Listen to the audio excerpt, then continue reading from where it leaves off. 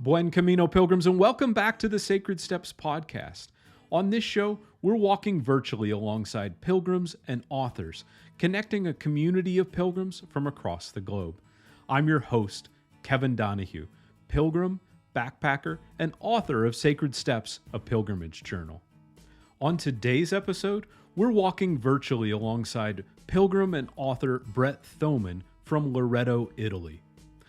Bret recently completed the jesustrail, following the footsteps of Christ through Nazareth and Galilee. He's also written extensively about St. Francis and St. Clare of Assisi. So we'll talk about pilgrimage from Loreto to Assisi on today's episode. Stay tuned after today's episode for details on our upcoming show, and be sure to click subscribe so that our episodes download automatically to your phone or device. And now, let's welcome Bret Thoman to the Sacred Steps podcast.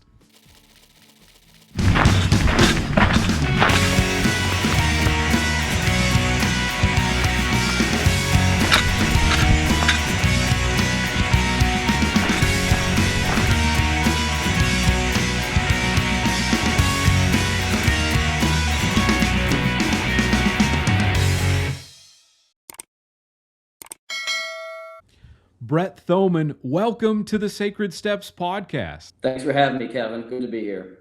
What brought you to pilgrimage? Well, I'd say just a step at a time. And if I could move the camera, I would show you off to my left. There's the Holy House of Mary.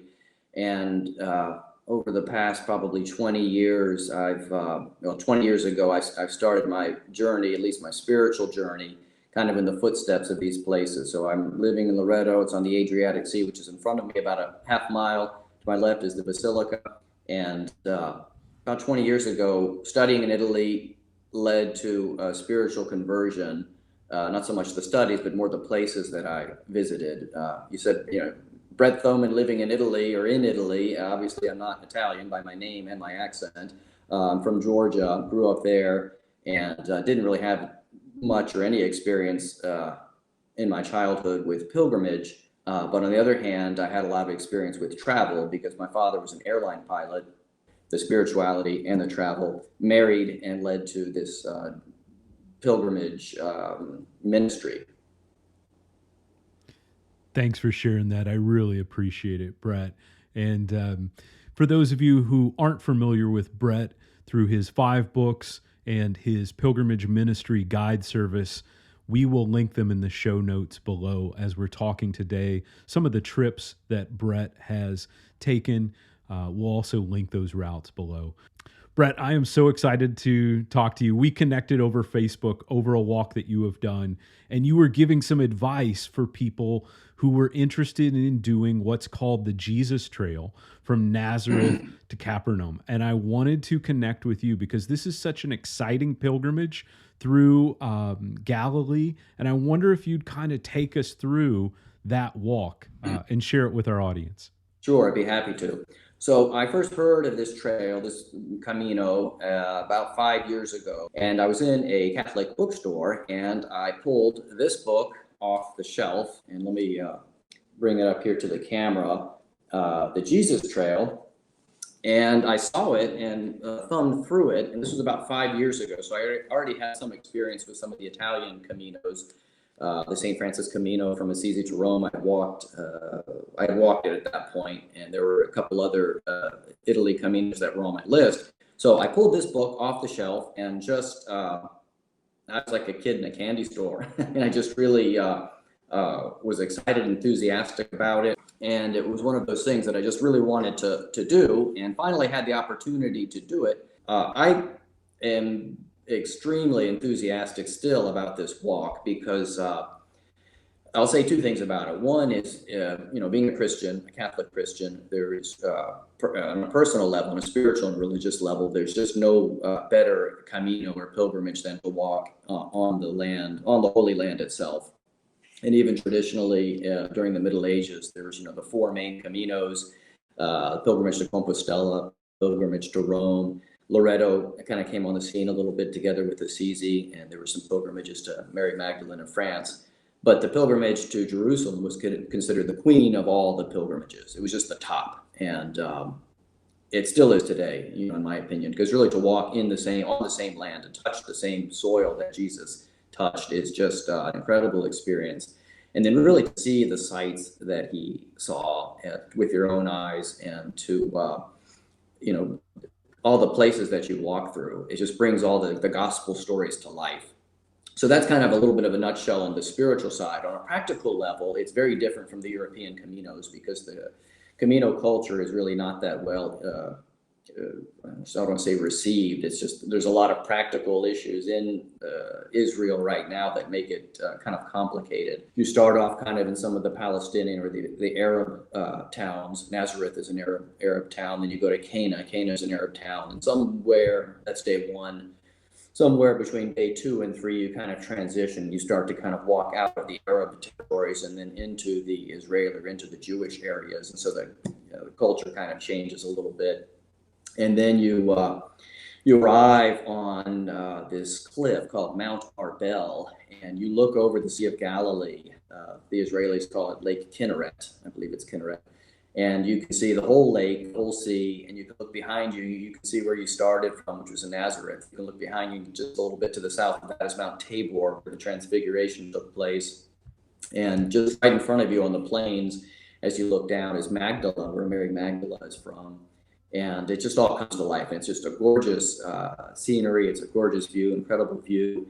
For the listeners who might not be familiar with it, Capernaum was Jesus's home base in the Gospels. From the time that he left Nazareth, he went to Capernaum from the time he was about 30 to about 33. And most of his disciples were from that area. And that was sort of his home base for his ministry. So it's a great experience. Like I said, there are a lot of practical issues that you have to deal with anytime you go into Israel. There's, we know it's a place of conflict, and it seems like there's always one conflict or another happening. We're talking today with Pilgrim guide Bret Thoman. You hit on one, I think, of the most interesting aspects of this walk, and that is walking in the footsteps of Christ from his boyhood hometown to the Sea of Galilee past Magdala. What's the impact for someone who is taking that walk? Because in our modern world, you walk past a lot of the ways in which that area has grown and become more modern. There's a McDonald's along the route. But separating the physical and thinking a bit about the spiritual, what's the impact of walking the Jesus Trail? It's a very good question. Naturalistically, it's incredible. There's no comparison, because you're seeing the same views in terms of the sky, the land, the soil, the lake, the sea, the mountains, the hills. You're looking at the exact same imagery that he did. As far as the towns, that's sort of the other side of the Jesus Trail. That the second time I went with an Italian guide, and he wasn't quite as impressed as I was, because there's really virtually nothing left of Jesus's towns. There are a few places that are preserved in Nazareth. There's the Basilica of the Annunciation, which is actually where the Holy House of Mary came from. It was brought directly probably by the Crusaders. 1291, arrived here in 1294, and they took the walls that were affixed to a grotto, to a cave, removed it. So in those days, the people were living in caves, or they were living in structures that just weren't that lasting. But you do have preserved within the basilicas of the Annunciation, and then the Greek Orthodox Church has a church called Mary at the Well, and so they have an ancient well that's been preserved. And then there's also an ancient house that's believed to be the house of Joseph, Saint Joseph, and that's right in there also. So underneath it, you have the excavations and the ruins of an archaeological house there as well. So there's lots of archaeological digs. You also walk by the archaeological site of Sepphoris, or Zippori. I think Zippori is the Israeli pronunciation. And that was one of the main cities in the Galilee. It was a Roman city, a Gentile city, and just about 6 or 7 kilometers, 4 or 5 miles from Nazareth. There's no mention of Zipri in the gospel, but Jesus had to have been familiar with it because it was so close. It's like, I grew up in a suburb of Atlanta, so it's like somebody growing up in Peachtree City, never having been to Atlanta. Of course he went to Atlanta. So it's an archaeological site.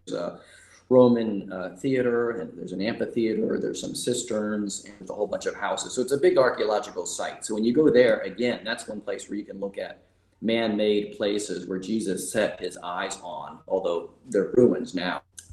But again, you have the naturalistic views and sites, and you have these memories of Christ. So you have to use your imagination. And for those of us who are religious, there's no better place to exercise religious imagination than to be walking in these places of the Holy Land. For one thing, there was one day where it had just rained pretty heavily, and the mud was just incredibly thick. And it was just the kind of mud that just caked to our shoes. You walk on the mud, and it just, with each step, you pick up like another layer and another layer and another layer, until where the mud is so heavy, it just comes off and falls off in big clumps, like mid-step. That happened on one day, and I just, we couldn't help but think of Jesus and the disciples walking through this same land in the mud. They were walking on roads. There's the Via Maris that they probably walked along, which was a Roman road. So they walked along roads. But another thing that you notice, the soil is very unique. It's a volcanic soil, and it's very, very rich and very fertile. So you have this deep, rich black land, this soil that you're walking along. And then when it's dry, when I was there in the fall, it was dry, and so it was windy, and so this black dust is blowing, and this black soil kind of gets all over you. So you can use your imagination that these are the things that Jesus and the disciples dealt with when, for example, he goes to a house and they wash his feet because their feet are dusty, or they shake the dust off their feet. This is a scriptural phrase, and so it kind of makes sense when you're actually over there. You actually do those same things. Our guest today is Bret Thoman, and we're discussing the jesustrail and its historical connection. Now, Bret is a professional guide. You can find his services. We'll link them in the show notes below, but you can find them at stfrancispilgrimages.com. Bret is based in Loreto, Italy. And Bret, I want to talk to you about one of the pilgrimage routes that actually connects Assisi to Loreto, and that is the Way of Loreto. I don't know if our audience is as familiar with this. It's a bit strenuous. Can you talk to us about the route through Umbria and the Way of Loreto? So the Way of Loreto, the Via Lauretana, is an historic route. When Loreto was brought here in 1294, so there was a pilgrimage culture that developed because people wanted to come and pay devotion to, Mary here in Loreto at her house. And so these roads sort of developed. And what also developed is a sort of a pilgrimage network. And today that's kind of exciting. It's redeveloping, it's recreating, and growing up again. So in the Middle Ages, you could come from walk the Fringina from not just England or France, but Spain. However, you came down through Switzerland, came to Italy, came to Rome.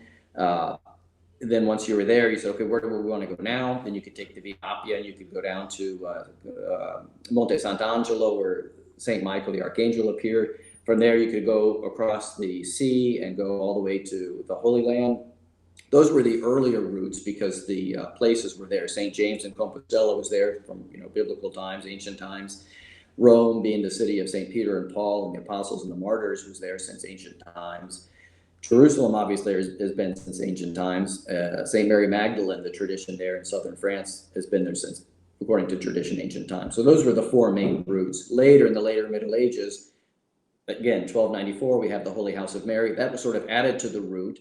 And then Assisi, with the life of St. Francis, the late 1100s to the early 1200s, St. Francis was a great saint, but not only was he a great saint, in the little church of the Portiuncula, the St. Mary of the Angels, Portiuncula means little portion, a tiny little church. St. Francis did something that was extraordinary.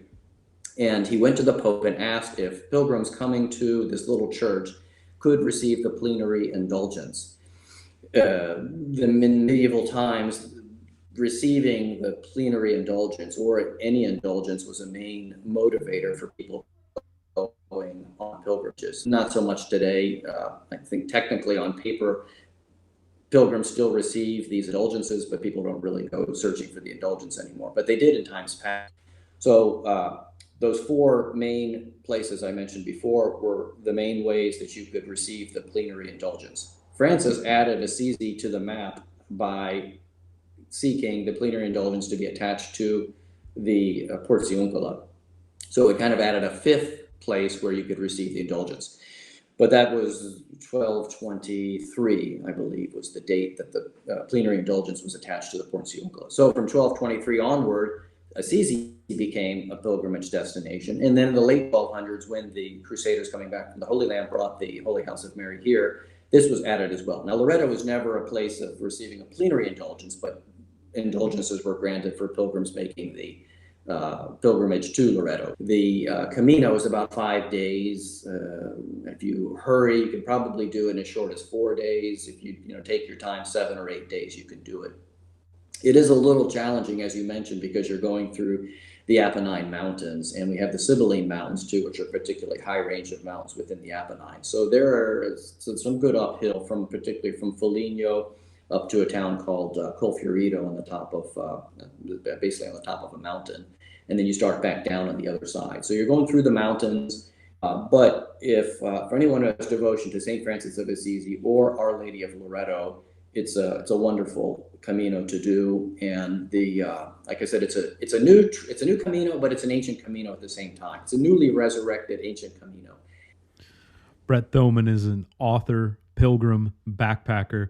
He's written extensively about two of Christendom's most beloved saints, Francis and Clare of Assisi. And I want to just pull away from pilgrimage for a moment. Can you help our audience get a feel for Francis and Clare? You can't talk about I can't emphasize enough how incredibly well-known and popular were St. Francis and St. Clare, and not just 800 years ago, still to this day. Back then they were considered sort of religious rock stars, if you will, in Christendom because of what they did and the movement that followed them. But briefly, they were both born into the upper class. St. Francis, kind of the middle class, if you will. He was the son of a businessman, a merchant. And Clare was of the upper class in Assisi, and her father was a knight. And her uncles were all knights, and her cousins were all knights. So Francis, in his youth, he wanted to be like the knights because that's what everybody wanted to do. When I was a kid, I wanted to be a football player, or maybe somebody wants to be a musician or something that's kind of popular and well known. And Francis did everything he could to become a knight. It didn't go well for him. He was one case, he was imprisoned for about a year in a battle between Assisi and Perugia. He spent a year or so in a dungeon, and he had a dream in which God, and he asked him, Francis, is it better to serve the servant or to serve the Lord? And in that hierarchical culture in which he lived, everybody knew that you wanted to serve someone higher. He understood what it meant. He left his armor, went back to Assisi, and started to kind of discern not a religious life, but discern the will of God in his own life. And from there, he started renouncing all of his possessions. He was wealthy, and he started renouncing his money, his clothing that he wore. He liked to wear flashy, colorful clothes. He started to dress like a beggar. He went on pilgrimage himself. He went down to Rome on 2 occasions. And on one occasion, he went down to Rome and actually exchanged his nice clothes with the clothes of a beggar, and he begged for a day. Went back to Assisi, and he started serving the lepers. And this was kind of the moment, the pivotal moment of his conversion. And he even wrote that into his testament that he wrote 2 years before he died. He said that my penance began in the moment I embraced a leper. And towards the end of his life, about 5,000 men did exactly what he did. They renounced everything they had, whether they had anything. A lot of them were from the nobility. A lot of them were from the wealthy merchant class. A lot of them were poor peasants. It didn't matter. Whatever you had, you renounced, and you followed Francis. That's a little bit of background on Francis. Clare, her trajectory is similar, although different, because number one, she was already the upper class when she began. So she never really wanted to change her lot in life. Additionally, she never had this sort of worldly conversion because the sources say that she was always considered holy even as a child. She always prayed a lot. She practiced these ascetic corporal punishments, which were considered a marker of spirituality in the Middle Ages. She wore what was called a hair shirt, which was scratchy on the skin. She fasted a lot, prayed a lot, gave away her food to the poor already as a little girl. So by the time she was 18, Francis was about 10 years older. He was 28, and his conversion was about 6 years into it by the time she was ready to kind of make her life decision. And the sources say that she and Clare and Francis met on a number of occasions and talked about what would be her decision. So she did the same thing Francis did, in that she renounced her family rights and her inheritances, and she left her father's household, which was a castle in the center of town, left in the middle of the night on Palm Sunday. The year was 1212, and she went down to the valley where Francis was living with the brothers, and Francis cut her hair. She sheared her hair, if you will, and that was called the tonsure, and that marked her as a consecrated woman. He put a veil over her head, and then she went into a convent, a monastery for Benedictine women, and then she went one step at a time and ended up in a place called San Damiano, where a number of noble women started to follow her. Over the course of her life, about 40 women were living together in San Damiano. The Poor Clare order is a little different than the Franciscan order because it follows a little bit more the monastic tradition, where each community is sort of autonomous. You don't have the sort of uniform order with 5,000 men like Francis had, or 5,000 women. You had lots of different communities of religious women who were cloistered, started to follow the way of religious life of Clare. They started to renounce their goods that they had.